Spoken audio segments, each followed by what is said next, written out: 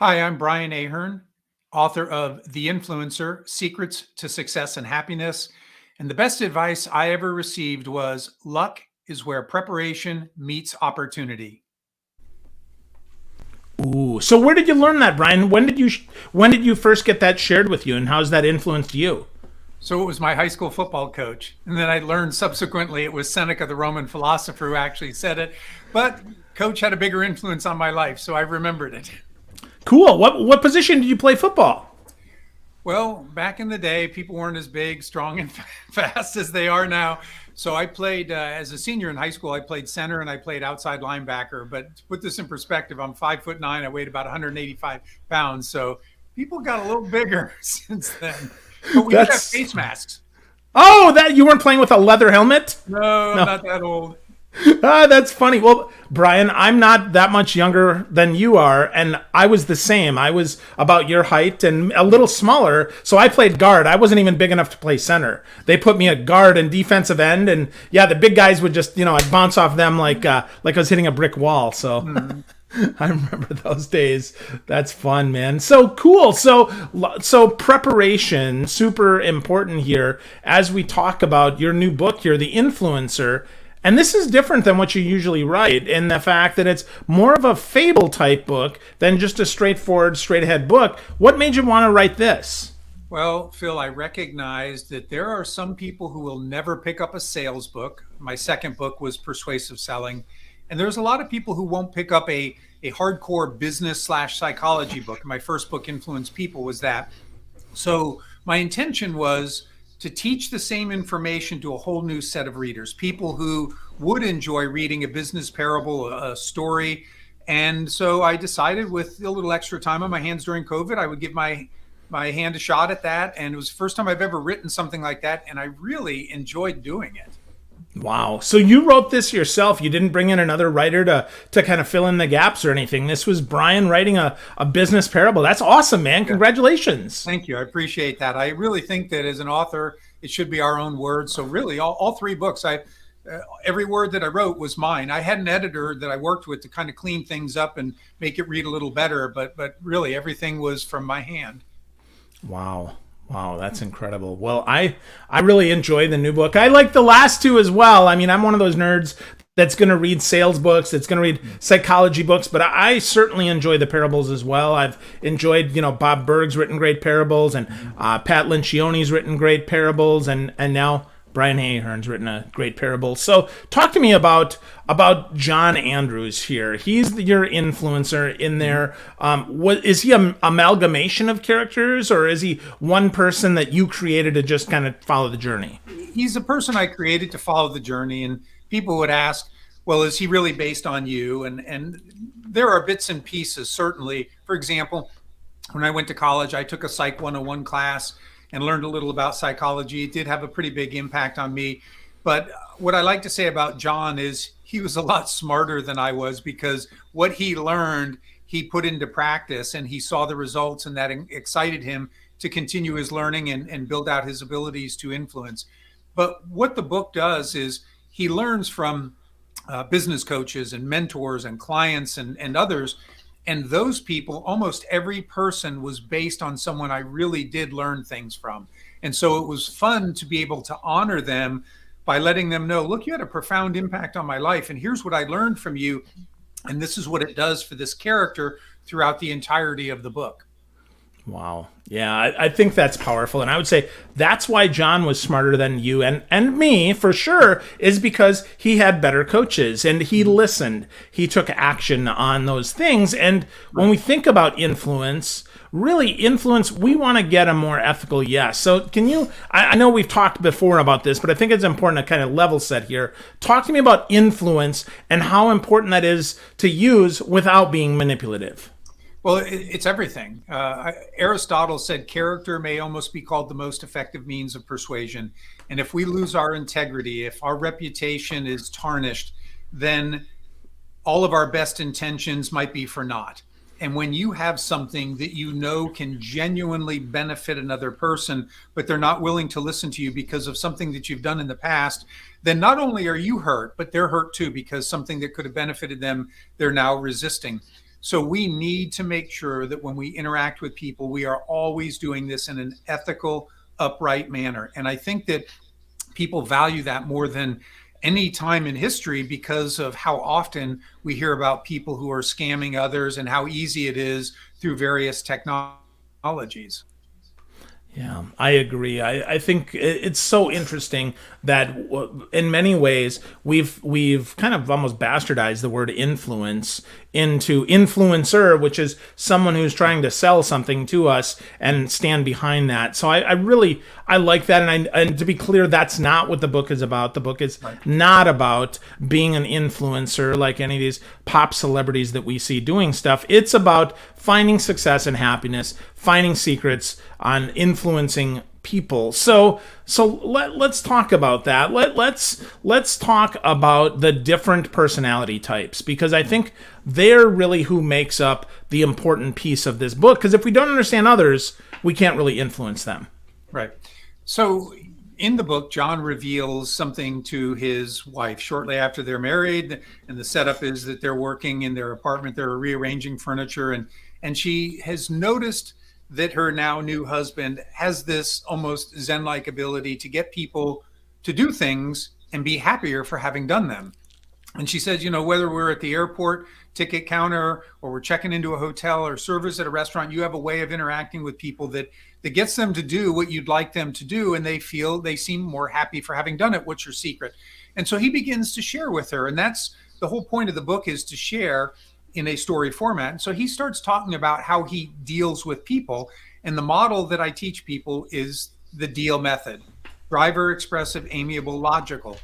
And when you have a firm handle on the personality of the individual that you're trying to persuade, there are certain principles of influence that tend to be more effective.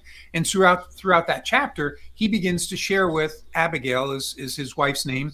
He begins to share with her, and she's grasping it because as a nurse at a large hospital, she's having to deal with administrators and doctors and emotional patients. And so she sees, this is going to be gold for me to quickly be able to transition to these different people and have a better chance of getting them to do what they need to do for their long-term health. Wow. So influencing people makes them happier and gets us what we want. Unpack that, Brian. How does that actually work? Okay. Well, one of the interactions that he has is early on in his career, he gets to the airport, and like so many of us, he starts seeing the boards light up with delays and cancellations. And he recognizes that this is going to impact his ability to get where he needs to go. But he's new enough at it that as he observes the people around him and how angry they're getting and how forceful they're becoming with some of the ticketing agents, that they're not getting what they want. Because people meet force with force, and if you treat them poorly, they're probably going to treat you poorly. And he decides in the moment to take a different tact, and he empathizes with Colleen, who's the ticketing agent, and she really appreciates that. And so all of a sudden her demeanor begins to change towards him, and she wants to help him, and he ultimately gets a flight change and he gets where he needs to go. But every time he goes back to the airport, he seeks her out, and he makes sure that he knows that she was really appreciated for what she's done. And so he builds this friendship that, even though it's sporadic because of being at the airport, they both enjoy the interaction. And that's where I think that sometimes our ability to get people to do things makes them feel good because they've helped another human being. Yeah, I think you're right. I think, all of us are equipped and probably built to serve, right? We want to help others. We want to be present. We want to say, okay, yep, Brian, I did this for you. And I would say at the same time, we also want to be appreciated for it. We don't just want it to be taken for granted. So how do we do that? How do we appreciate? How do we build a relationship without coming off as someone who's trying to be pushy and salesy? Well, John learns early on that if he really doesn't spend time trying to get people to like him, but tries to like other people. And he learns this from a character named Ben. And the setup with this is, as a new medical sales rep who's going through training, he travels with the seasoned vet, and he notices that this guy, Ben, his customers love him. So John, as the trainee, inquires about that. He says, what do you do to get people to like you? And Ben toys with him a little bit, and he says, I don't do anything to get people to like me. And so John presses a little more. Well, you must be doing something because it's obvious people like you. And Ben keeps toying with him. And no, I don't do anything. And then finally, John's a little frustrated and he says, I give up. Then what's the secret? And that's where Ben lights up and he says, the secret is I do everything I can to come to like the people I'm with. And that's the game changer, because when people sense that you truly like them and care about them, that's what opens them up. And then when you're asking them to do something, they believe deep down that it's for their best interest, because most of us believe that friends do right by friends. So that's another lesson that he learns early on, and he latches hold of it because he realizes now it informs so many other things like his giving. He can be more authentic in his giving and people receive it differently. So it's the foundation, I really think, of a successful life. Yeah, liking others first. Wow, it's so simple and yet so profound and something that we all can do. But I think some of us resist that, Brian. I think some of us think that, well, I'm not equipped to like everybody. Do you believe that, or do you think that there are ways that maybe practices or habits that we can form to be more in like with people? Yeah. Well, I think the first thing it has to start with the mindset. Two people can do the very same thing and it can come across differently, right? And so I think that it starts with a mindset that says, I really do want to like the people that I come in contact with. Now, what can I do to make that happen? The first thing I can do is look for things I can connect with them that we have in common. Because, if I'm talking about something I like and I know you like it, then we're both enjoying that conversation. And it becomes easier at that point to find more things that we have in common. And so we start building on that. The other thing is to look for the best in people and then make sure you bring that out. Offer people genuine, sincere compliments when it's warranted. And people feel good about that. And those good feelings, they begin to transfer to you. But in the process, I think that when you compliment somebody and you see them light up, well, you feel good about what you've done and you're creating that win-win situation. So it doesn't have to be really difficult. And I'm not talking about schmoozing at cocktail parties and things like that. I'm talking about seeking somebody out and saying, you know what, I bet if I get to know them that they are probably a good person like my other friends. I want to get to know them and like them. That's the basis of it. Wow. I feel that everyone can do that and everyone can benefit from that. And I think that's super powerful. And I would agree. I would say that's the thread that runs through the book for me, is that's available, right? This isn't some far-fetched scheme of, Jack and the Beanstalk. This is a legitimate thing that we can do. And as a sales professional, as anybody, I think we can see ourselves in John. And I really appreciate that, Brian. Thank you for that. I think, this is a skill, but it's not a skill that we're incapable of. So, you and I are joking about our stature and when we were younger playing football. I don't know about you, Phil, but I could never dunk a basketball. I was not able to jump that high. There's nothing I could do now at my age and the rest of my life that will give me the skill of dunking a basketball. I don't possess that. But influence is not something that we don't possess. It's something that we learn, we practice, and we perfect. And every person who is listening to this podcast, no matter where they are on the spectrum of their ability to move others, they can get better. And typically what I find is when people have success, it excites them and they start looking for more opportunities, and then they get better. And it's something that you can work on the rest of your life. Yeah. Wow. That is wonderful. That's a skill we can all benefit from, and a muscle, if you will, that we can all flex. With that, Brian, I want to dig a little bit on one of the segments of the book about no coincidences that I think is super important for folks. Because I think sometimes people think that success is accidental, or that, I just got lucky here. But talk to me about that piece of the book and how John benefits from that. Okay. Well, this goes back to the quote that I shared at the beginning about what's the best advice I ever got. And that is that luck is where preparation meets opportunity. That was driven home to me by my high school football coach, that, in the off season, all the running and the lifting and all the things that you were doing, it's preparing you. You never know when your opportunity is going to arise. but you need to be confident and ready when it presents itself.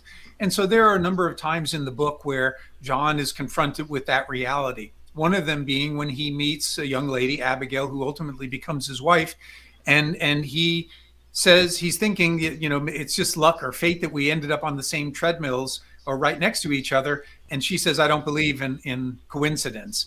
And he starts to see that theme throughout the rest of his career, that these things that are happening, they're not just by random luck. It's that he's a good person at heart, and he has prepared himself to try to help other people. And so he's open to these opportunities as they come about.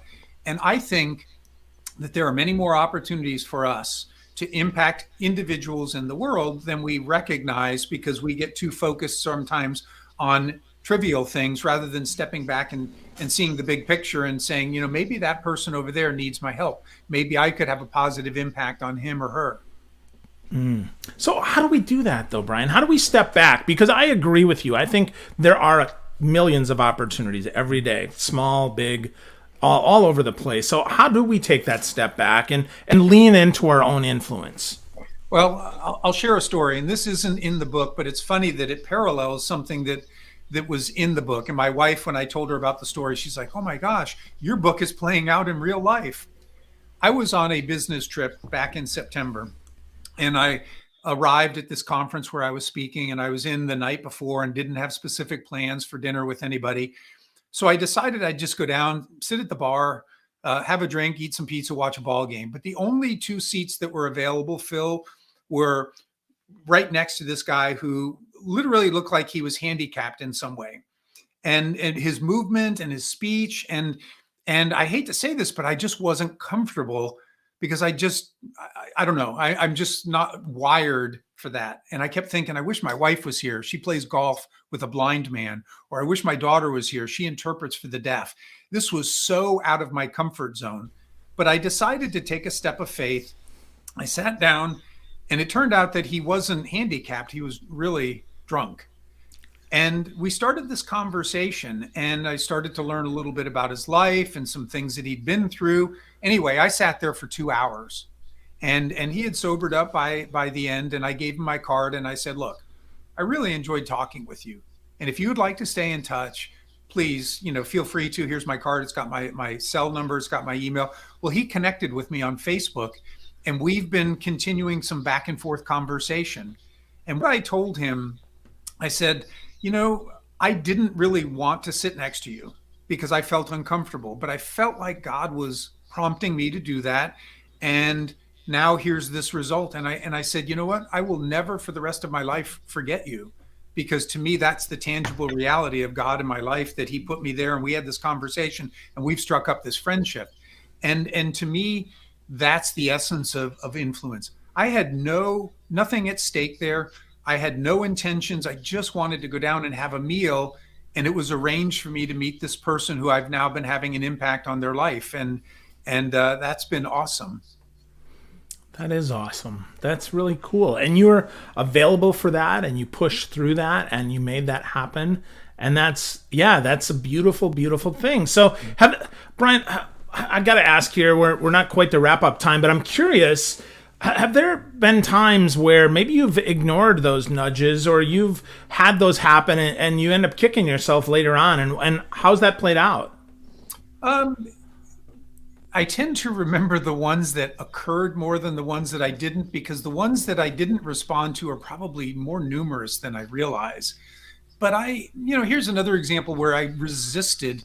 I was out running one day, and towards the end of the run, and I'm just kind of thinking, praying, and something came up, and I said, well, who is my neighbor? We're supposed to love our neighbors, and that question, who is our neighbor? So later that day, I'm out. It's mid-July. It's hot, and I'm cutting the grass. And this individual who lives behind us, this family had moved in from Iraq, and I'd never had any conversation. And this guy's out there shoveling rocks, and I'm cutting the grass, and I feel this like tap on the shoulder, like, he's your neighbor. And I'm thinking, God, it's hot. I've been cutting the grass. I got done running. I don't want to go. So I'm like, everything in me is resisting this. But finally I said, hey, do you need some help? And he said, no, I'm okay. And I said, no, I got a shovel, really. I'll help. And I got my shovel and I went over and I helped the guy shovel rocks. And again, I will never forget that because it was so clear that interaction. And what I hope is that even with those, I still sometimes find myself resisting. I need to like just say, you know what? A situation is presenting itself. I'm going to just step into it because amazing things have happened in the past, and just stop with the I'm tired, I'm hot, I want to go sit down and watch a ball game. Yeah, well, influencing ourselves is often the biggest and the hardest influence that we have because we have all these beliefs, we have all these experiences, all this baggage, right? Some of us have a pocket full, and some have a ship full. So, Brian, how do we get started influencing ourselves first, and then how do we influence others and get started on that kind of next? One of the best self-influencing things that I ever done was when I read Stephen Covey's book, The 7 Habits. I wrote the personal mission statement, and that was almost 30 years ago. And for 30 years, almost daily, I would read it or read parts of it. What I did now is I downloaded it to an app. So every morning when I'm up at 5 a.m. and I'm getting my coffee, it takes about 3 minutes, and I listen to it. But it starts to just soak into your soul about who you say you want to be. And for me, I focus on my faith, family, my personal well-being, and my career, and in that order. And I've laid out who I want to be, how I want to be remembered. And I think that the more we soak that in, we tend to feel better about ourselves when we act in ways that are consistent with what we say we believe.